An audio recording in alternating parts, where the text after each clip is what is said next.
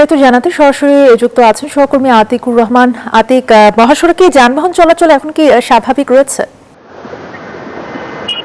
ধন্যবাদ অর্থী। আপনি জানেন যে ঢাকা টাঙ্গাইল মহাসড়কের অর্থাৎ ঈদের দীর্ঘ ছুটির পর কিন্তু কর্মব্যস্ততার মধ্যে ফিরছেন ঢাকার উদ্দেশ্যে, এবং এই মুহূর্তে কিন্তু আসলে ঢাকা টাঙ্গাইল মহাসড়কের অনেকটাই কিন্তু স্বাভাবিক হয়ে এসেছে, এবং এই মহাসড়কের সকালে কিন্তু অনেকটাই যানজটের মধ্যে পড়তে হয়, দীর্ঘ যানজটের মধ্যে পড়তে হয়।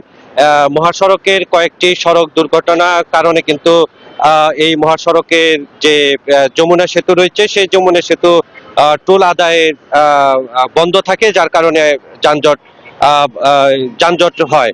এবং আপনি জানেন যে সিরাজগঞ্জের মুখী যে যমুনা সেতুর সেখানে কিন্তু যে টোল আদায় সেটা কিন্তু বন্ধ করে দেওয়া হয়, এবং সেতু কিন্তু একমুখী লেন করে দেওয়া হয়, এবং এই একমুখী লেন করে দেওয়ার কারণে অনেকটাই কিন্তু স্বাভাবিক করা হয়।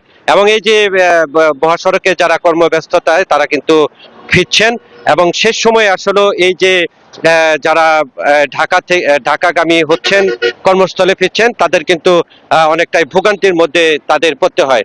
সবকিছু মিলে এই ছিল আমার কাছে ঢাকা টাঙ্গাইল মহাসড়ক থেকে অর্থী। ধন্যবাদ আপনাকে। আতিকুর রহমান জানাচ্ছিলেন টাঙ্গাইল মহাসড়ক থেকে।